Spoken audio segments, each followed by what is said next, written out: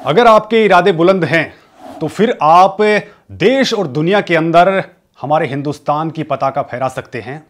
और हैदराबाद में मारवाड़ी बिजनेस का जो पावर हाउस है उसका सबसे बड़ा एग्जाम्पल है भगवती बल्दवा जी, जिन्होंने हिंदुस्तान से बाहर हमारे प्रोडक्ट्स को इस लेवल पर पहुंचा दिया कि आज दूर दूर तक दूसरी कंपनियां पीछे छूट चुकी हैं। और आज हम उनसे जानेंगे बिजनेस के बहुत सारे सीक्रेट्स, साथ ही समाज के क्षेत्र के अंदर उन्होंने समाज सेवा के क्षेत्र में उन्होंने बहुत सारे ऐसे काम किए हैं जो लाखों महिलाओं के लिए मोटिवेशन का कारण बनने वाले हैं। जीवन में दो व्यक्तियों की बात सुन लो तो जीवन में कहीं भी कभी भी कुछ भी समझौता करने की ज़रूरत नहीं है। पति का साथ था, इसलिए हम दोनों ने अपना नया बिजनेस शुरू किया। 24 क्लिनिकल ट्रायल जो हैं वो रेपुटेड जर्नल्स में पब्लिश हो चुके हैं। 15 साल तक के रिसर्च के बाद ये जो प्रोडक्ट आया। हमारे साथ में मौजूद हैं मैम, बहुत बहुत धन्यवाद हमारे इस खास शो में। मैम, आपके अंदर एक एग्रेसिवनेस बिजनेस को लेकर के कॉलेज टाइम से ही था, तो वास्तव में तब ये मोटिवेशन आपके अंदर कैसे आया? राजस्थान की धरती से आप निकली और उस दौरान आपके अंदर था, तो उस दौरान ही आपको वो ये सारी चीज़ें कैसे मिली थी? मैं हमेशा हमारी बेटियों को कहती हूँ कि जीवन में दो व्यक्तियों की बात सुन लो तो जीवन में कहीं भी कभी भी कुछ भी समझौता करने की ज़रूरत नहीं है। और वो दो व्यक्ति होते हैं, एक अपना पिता और एक अपने पति। तो बचपन में मेरे पिताजी स्वर्गीय श्री बद्रीनारायण जी सोमानी, उन्होंने, मैं 4 भाइयों के बाद में पैदा हुई, और वो हमेशा कहते थे कि मैंने भगवान से, माँ से अनुष्ठान करके तुम्हें मांगा। तो उनका हमेशा विशेष स्नेह रहा और उन्होंने उस ज़माने में भी मुझे अपने बेटों की तरह ही पाला और कहा, बेटा जीवन में जो भी करो सत्यनिष्ठा के साथ करो, पूरी लगन के साथ करो, तो कहीं भी एक बेटी होने के नाते तुम्हें पीछे मुड़कर नहीं देखना पड़ेगा। मतलब आपको जो संस्कार एक्चुअली क्या होता है कि जो मारवाड़ीज होते हैं उनको बिजनेस सिखाने की ज़रूरत नहीं पड़ती है, लेकिन महिलाएं बहुत कम आगे आ पाती हैं। और आज आप लाखों महिलाओं के लिए मोटिवेशन हैं, क्योंकि आज आपने कांटी के ग्रुप ऑफ कंपनीज को जिस लेवल पर पहुंचाया है, और देश के अंदर नहीं बल्कि दुनिया के अंदर कांटी के जो फार्मा इंडस्ट्री में आप लोगों ने अपने आप को पहुंचाया है, इसमें वो तो अपने आप में मतलब एक माइलस्टोन है। और उसमें बहुत बड़ा काम करने में आपने जो किया है, साथ ही आपने अपने पति महेश जी का भी बड़ा योगदान, उनमें सपोर्ट दिया, जिसकी वजह से आज पूरी दुनिया के अंदर ये चीज़ें जानी जाती हैं। तो इनके बारे में हम जानना चाहेंगे कि आप चूँकि महिला होकर के आपने सारे काम किए, कौन कौन से संघर्ष फेस किए और इनको आगे बढ़ाने में आपने कैसे काम किया? नहीं, मैं अगर आज से 50 साल पीछे आपको ले जाऊं तो राजस्थान के एक बहुत छोटे से गांव श्री डूंगरगढ़ से, बीकानेर डिस्ट्रिक्ट में है अभी, पहले वो चूरू डिस्ट्रिक्ट में था, वहाँ से मैं आती हूँ। गांव में कॉलेज भी नहीं था और उस ज़माने में बेटियों को पढ़ाते भी नहीं थे। 10th 11th होते ही शादी हो जाती थी। मेरे दादाजी बड़े ऑर्थोडॉक्स टाइप के थे, उनकी इच्छा थी कि भाई मेरी शादी जल्दी कर दी जाए, लेकिन मेरे पिताजी का कॉन्सेप्ट एकदम क्लियर था कि जब तक मैं इसको ग्रेजुएशन नहीं करवाऊंगा मैं इसकी शादी नहीं करूंगा। दादाजी को अच्छा भी नहीं लगा और मेरे से छोटी, जॉइंट फैमिली में रहते हुए मेरे से छोटी, 3 साल छोटी मेरी बहन की शादी मेरे से पहले कर दी, मेरी कजिन सिस्टर की। तब माँ बड़ी उदास हो गई, माँ रोने लगी। मुझे वो प्रसंग एकदम याद आता है, मुझे वो विजुअल्स दिखाई देते हैं। माँ रोने लगी कि लोग क्या कहेंगे। तब मेरे पिताजी ने कहा कि मैं इसे पढ़ा लिखा कर इतना योग्य बनाऊंगा और जब ये बड़ी होके अपना नाम रोशन करेगी हमारा, तब लोग ये कहेंगे कि ये तेरी बेटी है, मेरी बेटी है।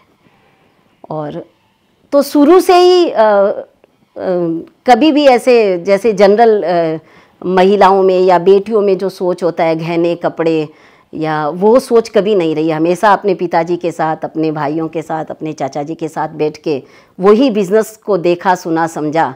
तो तब से मन में ये भावना थी कि जब भी अवसर मिलेगा अपना खुद का व्यवसाय शुरू करूँगी। तो महेश जी के साथ मिलकर के आपने काम को एक बहुत ही यूनिक सा कॉन्सेप्ट आपने सोचा, और अश्वगंधा जो हमारे पूरे इलाके में पाया जाता था, उस पर कोई फोकस नहीं करता था, उसके अंदर आपने इनोवेशन किए और आज आप दुनिया के 60 से ज़्यादा देशों को एक्सपोर्ट करते हैं और बहुत बड़ी तादाद के अंदर होता है। तो क्या थॉट प्रोसेस थी उसके पीछे? जैसा मैंने शुरुआत में कहा, पति का सहयोग, इनको शुरू से था कि तुम में काम करने की ललक भी है, लगन भी है और क्षमता भी है, तो तुम्हें मेरे साथ हमने अपना बिज़नेस शुरू किया, तुम भी मेरे साथ चलो। तो यहाँ भी परिवार जैसा मारवाड़ी परिवार होते हैं, आज से 40 साल पहले कैसे होते थे आप और हम समझ सकते हैं। अब तो परिस्थितियाँ बहुत बदली है। तब तो कोई महिला, मारवाड़ी महिला अपना बिज़नेस करे, ये कहीं किसी की सोच में ही नहीं था। बड़ी चर्चाएं हुई, लेकिन पति का साथ था, इसलिए हम दोनों ने अपना नया बिज़नेस शुरू किया। हमने शुरुआत तो केमिकल के बिज़नेस से की थी। हमने इंपोर्ट भी किया और ट्रेडिंग भी की। स्टॉकिस्ट थे हम टाइटेनियम डाइऑक्साइड के, वहाँ से हमने शुरू की। और उसके बाद धीरे धीरे डाइवर्सिफिकेशन करते हुए जब ये अश्वगंधा का आया, तो इसके ऊपर हमने रिसर्च किया। पहले 15 साल तक के रिसर्च के बाद ये जो प्रोडक्ट आया, और एक मन में भाव था कि हमारे आयुर्वेद में जो स्ट्रेंथ है, हमारे आयुर्वेद जो है एक्चुअली तो सारे स्ट्रीम्स जो हैं मेडिकल साइंस के, उसका जनक माना जाता है, लेकिन कहीं ना कहीं उपेक्षाओं का शिकार रहा। मैं अगर कहूँ कि हमारी सरकारों ने भी आयुर्वेद के लिए उतना प्रमोट करने के लिए कुछ किया नहीं, तो इसमें कोई अतिशयोक्ति नहीं होगी। तो उस आयुर्वेद को विश्व पटल पर स्थापित करने का एक भाव मन में था, और ये भाव मेरे मन में भी था, पति महेश जी के भी था।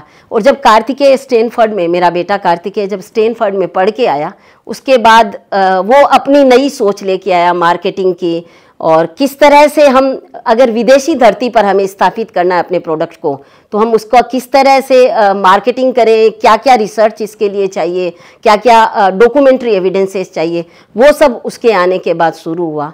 और भगवान की से आज हमारा ब्रांड है अश्वगंधा का एक्सट्रैक्ट जो बनाते हैं, KSM 66 अश्वगंधा। और ये दुनिया का, हम कहें कि हम पूरी दुनिया में दुनिया का सर्वश्रेष्ठ अश्वगंधा कहकर बेचते हैं, और सारे मल्टीनेशनल्स और मॉडर्न फार्मा वाली कंपनी जिसको लेती हैं।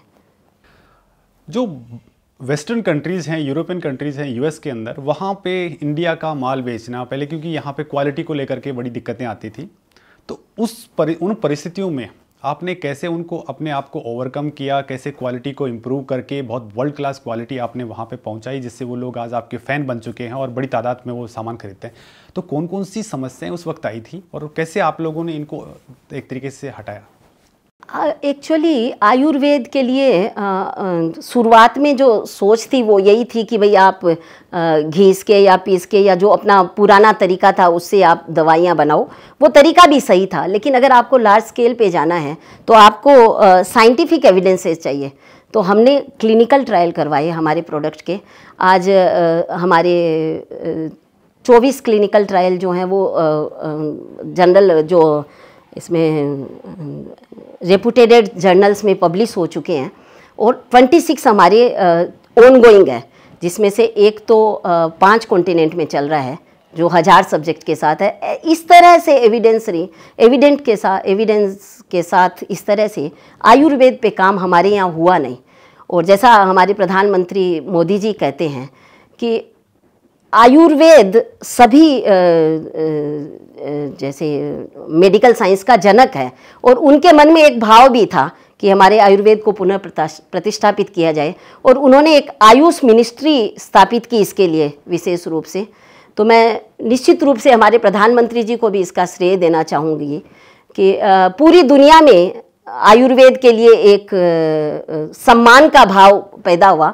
और हमने जो हमारी फैक्ट्रीज़ भी बनाई वो सारी अभी तो हमारा US FDA का ऑडिट भी हुआ है, और सारी एकदम मॉडर्न फार्मा के स्तर पर हमने वो सारा प्रोडक्शन का यूनिट बनाई है। और हम लोगों ने ये सारा जो सुश्रुत संहिता हो या चरक संहिता हो, इनको पहले मान्यता मिलती भी थी, लेकिन अब हमारे प्रधानमंत्री जी के आने के बाद इनको एविडेंसरी मान्यता मिल रही है सब जगह। और उसी के आधार पर क्लिनिकल ट्रायल करके हमने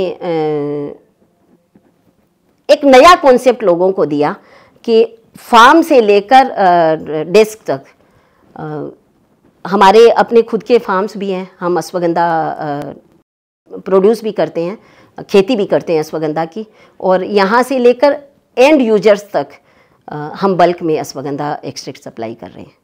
मैम एक चीज़ देखी कि प्रधानमंत्री खुद आपके प्रोडक्ट का जिक्र करते हैं, यूएस के अंदर जो लोग हैं वो वास्तव में आज आपकी चीज़ों को बहुत अच्छे से ले पा रहे हैं। तो इस सारी चीज़ों को देख करके आपको क्या लगता है कि प्रधानमंत्री भी आपकी कंपनी, प्रधानमंत्री जी ने जब अपने मन की बात में पिछले साल मार्च में जब इसके बारे में कहा, तो हमें तो खुद भी पता नहीं था। हमारे एक रिश्तेदार ने कहा कि प्रधानमंत्री जी ने मन की बात में आपके प्रोडक्ट के बारे में जिक्र किया है। तो ये तो मुझे लगता है कि आज तक के जितने एंडोर्समेंट है उसमें सबसे बेहतरीन एंडोर्समेंट है, क्योंकि प्रधानमंत्री जी अगर कुछ कह रहे हैं तो दुनिया उसको सुनती है, और प्रधानमंत्री जी बिना खुद संतुष्ट हुए बिना किसी भी प्रोडक्ट को एंडोर्स करते नहीं हैं। तो ये तो सबसे बड़ा एंडोर्समेंट है, और हमारा सौभाग्य है कि हम आदरणीय प्रधानमंत्री जी की नज़रों में आए। तो मतलब आपकी वजह से काफ़ी सारी जो महिलाएं हैं वो भी इस वीडियो को देख पा रही होंगी, और वो लोग भी एक प्रेरणा स्रोत के तौर पे आपको पहले से भी देखती हैं, और चूँकि आज की डेट में तो आप एक बहुत बड़ा काम आगे बढ़ा चुकी हैं। तो वास्तव में जो चैलेंजेस आपके सामने हर जगह, जाहिर सी बात है इतने बड़ा ब्रांड आपने स्थापित कर दिया, चैलेंजेस आपके सामने कितने आए और उनसे निपटने की आपकी स्ट्रेटजीज क्या कुछ रहती हैं? देखिए, आप कुछ भी काम अगर शुरू करते हैं तो चैलेंजेस तो होते ही हैं। एक मैं छोटा सा आपको उदाहरण बताती हूँ। मेरा बेटा एक कॉन्फ्रेंस में था, मैं डिटेल नहीं बताऊंगी, लेकिन उसने तब वो पढ़ के आया ही था, 25 साल का युवा। तो उसने वहाँ कहा कि हम अश्वगंधा एक्सट्रैक्ट बनाते हैं, हम दुनिया की सर्वश्रेष्ठ अश्वगंधा बनाते हैं। तो जो स्टॉलवर्ड्स थे उसके आसपास, जो बड़े प्रतिष्ठित लोग, वो सब हंसने लगे। वहाँ से जब निकल के आया उसने मुझसे फ़ोन पे बात की। मैंने पूछा कॉन्फ्रेंस कैसी थी, तो उसने बोला ऐसे जब मैंने कहा तो सब लोग हंसे। मैंने उसे कहा बेटा इस हंसी को ना अपने सबकॉन्शियस माइंड में स्टोर करो, ये हंसी तुम्हारे लिए सदैव प्रेरणास्पद होनी चाहिए। और आपको जानकर अच्छा लगेगा मुकेश जी कि आज वही लोग जब कोई नया प्रोडक्ट बनाते हैं तो वो कार्तिकेय के पास आते हैं कि हम ये प्रोडक्ट बना रहे हैं, या तो हम जॉइंट वेंचर कर लें या तुम हमें सजेस्ट करो कि इसको मार्केटिंग कैसे करनी है। तो चैलेंजेस तो होते ही, आप कुछ नया करते हो तो चैलेंजेस होते हैं, लेकिन आप अगर सत्यनिष्ठा पर, आप अगर क्वालिटी प्रोडक्ट दे रहे हैं, आप अगर मूल्यों के साथ काम कर रहे हैं, तो शुरुआती आपके ऑब्स्टेकल्स आ सकते हैं, लेकिन क्वालिटी प्रोडक्ट अगर आप दे रहे हो तो निश्चित रूप से चलेगा ही। तो आप ने जिस तरीके से पर्दे के पीछे भी, पर्दे के आगे भी, हर जगह पे आप अपने परिवार को भी सपोर्ट दे पा रही हैं, साथ ही आप बिजनेस को भी मैनेज करती हैं। एक महिला के साथ में सबसे बड़ा चैलेंज यही होता है, उससे भी आप, जाहिर सी बात है बहुत सारी महिलाएं इस चीज़ को जानेंगी कि आप ये सारी चीज़ें बैलेंस कैसे करती हैं। मतलब आपका कहने का मतलब है वर्क लाइफ बैलेंस कैसे होता है? Yes, right. तो मुझे ऐसा लगता है कि हमें अपना समय निर्धारित करना पड़ेगा कि आप, सबके पास वही 24 घंटे होते हैं। उस 24 घंटे में अब अगर महिला चाहे तो दिन भर अपने घर के कामों में अपने आप को लगाए, या फिर किटी पार्टी या गॉसिप्स में लगाएं, या फिर शॉपिंग या दूसरे कामों में लगाएं, या फिर प्रोडक्टिव लगाएं। तो मैंने शुरू से सोचा कि अपने समय को मुझे विभाजित करके चलना है कि भाई इतना समय मुझे अपने परिवार के लिए देना है, इतना समय मुझे अपने व्यापार के लिए देना है, इतना मुझे सामाजिक कार्यों के लिए देना है। तो जब आप प्लान्ड वे से चलें, और ये जो अभी आप डिजिटल प्लेटफॉर्म पे काम करते हैं, पर मैं बहुत ज़्यादा ये सब सोशल मीडिया का इस्तेमाल नहीं करती हूँ, क्योंकि उसमें अगर मेरी महिलाओं को भी मेरा यही कहना है कि अगर एक बार आपने फेसबुक देखना शुरू किया, इंस्टाग्राम शुरू किया, तो कितने घंटे लग जाएंगे पता नहीं चलेगा। समय का नियोजन करके अगर अपन चलें और उसी के अनुरूप अगर काम करें तो सारा बैलेंस हो सकता है। वर्क लाइफ बिल्कुल बैलेंस होती है। और मैं तो महिलाओं को ये कहती हूँ कि जैसे घर के काम में अगर आप 4 घंटे लगा रही हैं, उसके लिए आप हेल्प लीजिए।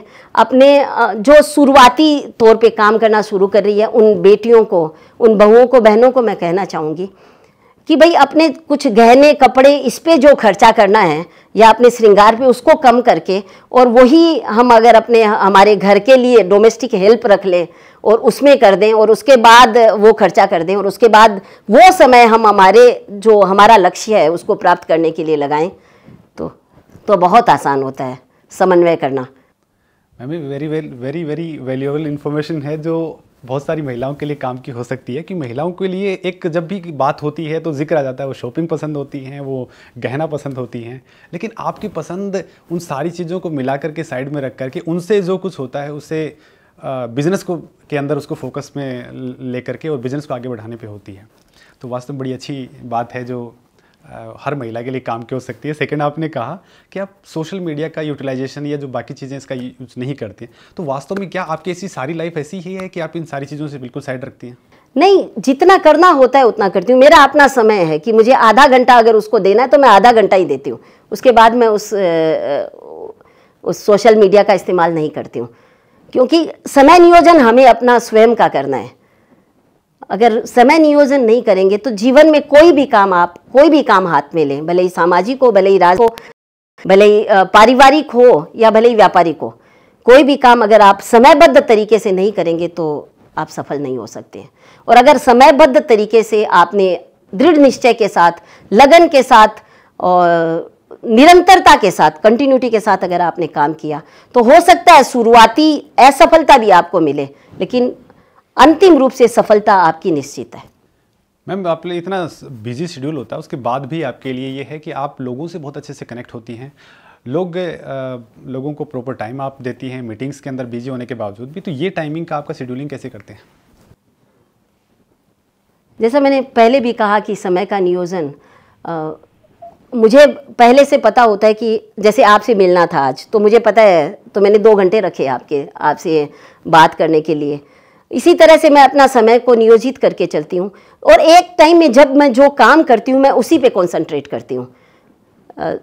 अगर मुझे आपसे बात करनी है तो मैं आप ही से बात करूँगी, फिर मैं अभी भी मैंने फ़ोन बंद कर रखा है अपना, मैं फिर 10 दूसरे काम नहीं करूँगी। तो आप अगर फोकस्ड वे में काम करोगे तो, और लोगों से मिलना मुझे बहुत अच्छा लगता है। मैं हर वक्त सीखने के मोड में होती हूँ।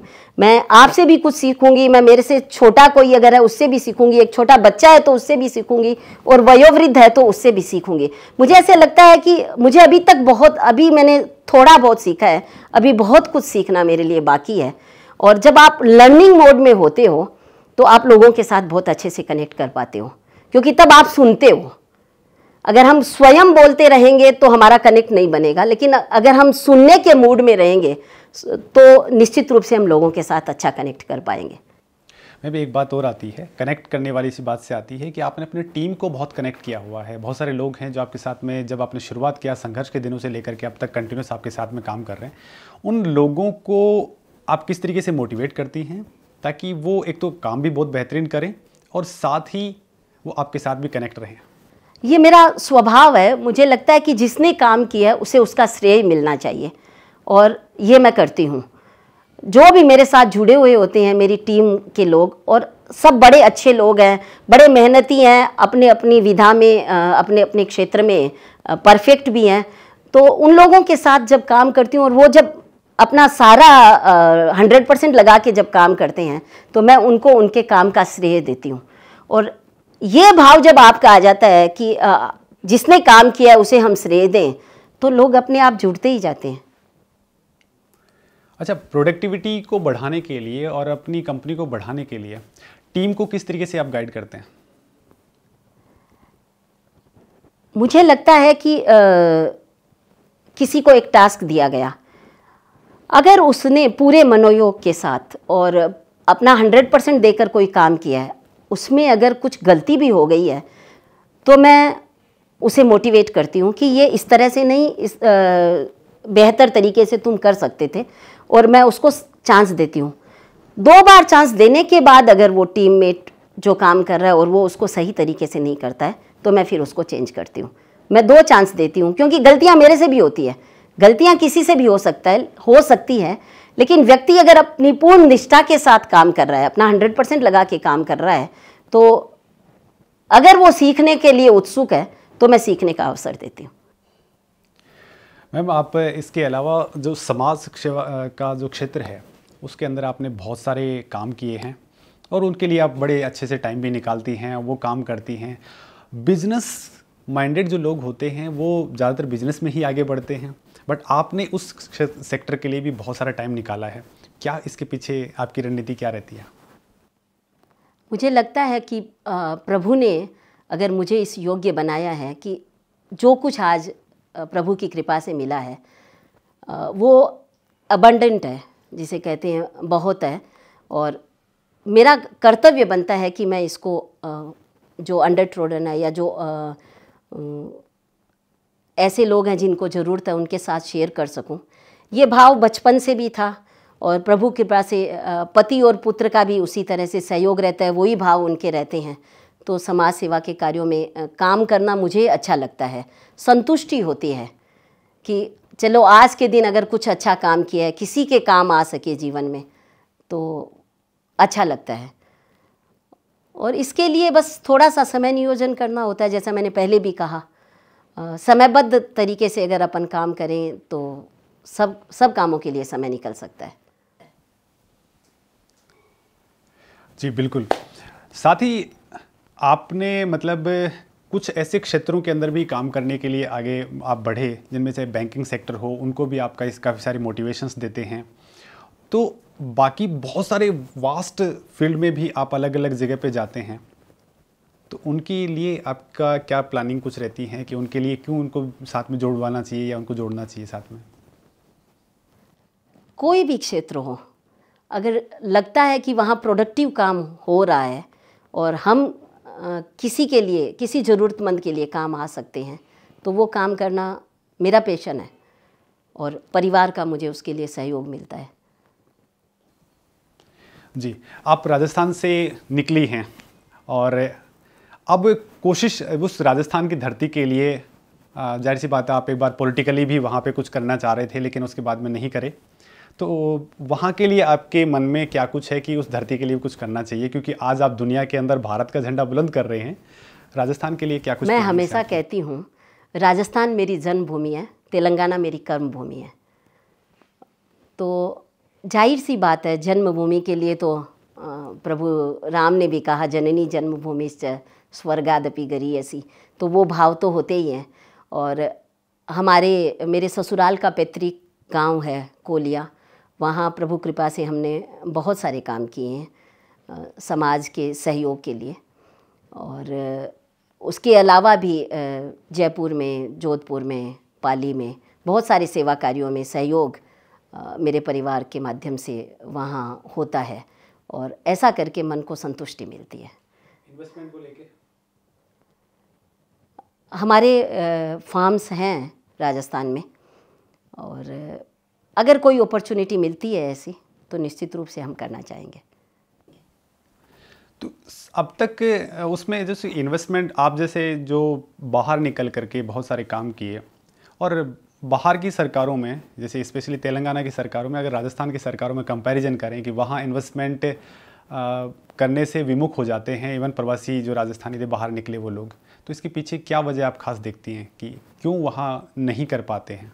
देखिए, इंफ्रास्ट्रक्चर एक बहुत बड़ा फैक्टर होता है और कहीं ना कहीं हम राजस्थान में इस मामले में अगर देखा जाए तेलंगाना से, या आज आप हैदराबाद की जो डेवलपमेंट जो देखते हैं उसमें कहीं ना कहीं हम पिछड़े हुए हैं। तो इसीलिए हम मारवाड़ी निकलकर राजस्थान से निकलकर न केवल पूरे देश में बल्कि पूरी दुनिया में गए, क्योंकि जहाँ भी अपॉर्चुनिटीज़ होती है मारवाड़ी वहाँ जाना चाहते हैं। कैसी भी परिस्थितियाँ, देश काल परिस्थिति हो, लेकिन क्योंकि हम हार्ड वर्किंग हैं, ये हमारे जीन्स में ही है, तो हम कहीं भी जाकर जहाँ हमें अवसर मिलते हैं हम काम कर सकते हैं। तो इंफ्रास्ट्रक्चर अब राजस्थान में हो रहा है, लेकिन अभी भी बहुत कुछ काम होना बाकी है। जी, अगर मैं इसी चीज़ को बोलूँ कि ग्लोबल प्रेजेंस में, चूँकि आज आपकी कंपनी जो है 60 से ज़्यादा देशों में कारोबार कर रही है, आप पहले भी जाया करते थे दुनिया के अंदर और आज भी जाते हैं, क्या जो मौजूदा सरकार है उसकी वजह से कौन से ऐसे बड़े बदलाव दुनिया के अंदर देखने को मिले कि जब आप जाते हैं तो पहले मतलब कुछ अलग दृष्टि से देखा जाता था, आज वहाँ माहौल बदल चुका है? ये तो बिल्कुल है। आज हमारे माननीय प्रधानमंत्री जी को पूरा विश्व जानता है और कहीं भी हम जाते हैं तो मोदी के नाम से सारी दुनिया जानती है। इससे पहले लोगों को पता ही नहीं होता था कि प्रधानमंत्री कौन है।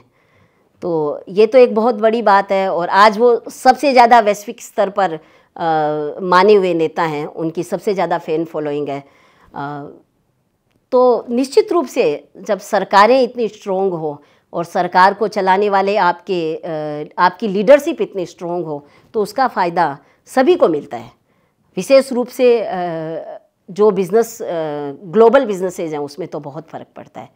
अब लोग रिस्पेक्टफुली देखते हैं, और हम अगर किसी चीज़ को प्रेजेंट करते हैं तो उन्हें लगता है कि मोदी जी जिस तरह की बात करते हैं, एनवायरमेंटल फ्रेंडली या रिन्यूएबल एनर्जी की बात करते हैं या साइंस बेस्ड जो बात करते हैं, तो लोग उसे समझते हैं और उसको वैल्यू करते हैं। जी मैम, ज़्यादातर केसेस में होता है कि किसी पुरुष के पीछे अगर महिला का सपोर्ट होता है तो वो बिज़नेस को बहुत एक्सपेंड कर लेते हैं, और आप तो उनमें से थे जो बराबर दौड़ रहे थे और आज आपने पूरी दुनिया के अंदर अपने बिज़नेस को फैला दिया। जो बहुत सारी महिलाएं हैं जो नए बिज़नेस में आना चाहती हैं, उनके लिए आपके खास टिप्स कौन से होने चाहिए, उनमें कौन सी चीज़ें वो करनी चाहिए उनको कि ताकि वो भी आपकी तरह बढ़ सकें? सबसे पहली बात, आज जो हमारी बेटियों की एक सोच बन रही है कि मुझे जो भी करना है अपने व्यक्तिगत स्तर पर करना है, मैं उन बेटियों से ये ज़रूर कहना चाहूँगी कि अगर आपका परिवार आपके साथ है, आप अपने परिवार को साथ लेके चल रही हो। एक वो शेर है, आरज़ू है जिस मुकम्मिल मंजिल की, उसे पा ही लेंगे हम, पर रिश्तों को रेत की दीवारों की तरह ढहाकर पाया तो क्या पाया। परिवार अगर आपका साथ है तो बहुत आसान हो जाता है। मेरे लिए बचपन में पिता का सहयोग रहा, पिता की प्रेरणा रही, विवाह होने के बाद पति साथ रहे, पति के हर स्तर पर पति का सहयोग रहा, उन्होंने मुझे कवर किया, उन्होंने मुझे स्कोप दिया, और उसके बाद बेटे ने भी। तो जब अपना परिवार साथ होता है तो महिला के लिए बहुत आसान हो जाता है अपने लक्ष्यों को प्राप्त करना। इसलिए पुरुष की प्रतिस्पर्धी बनने की कोशिश मत कीजिए। हमारी भारतीय संस्कृति कहती है कि हम पुरुष के साथ कदम दर कदम मिलाकर चलें, उसके साथ कंधे से कंधा मिलाकर चलें, उसकी प्रतिस्पर्धा न करें, जीवन बहुत आसान हो जाएगा। ओके, आपने दो जो फोटोएं लगा रखी हैं उनसे आप बड़ी प्रेरणा लेती हैं। कौन सी प्रेरणाएं हैं जो आपने इनकी जो आपको बिजनेस में सहयोग?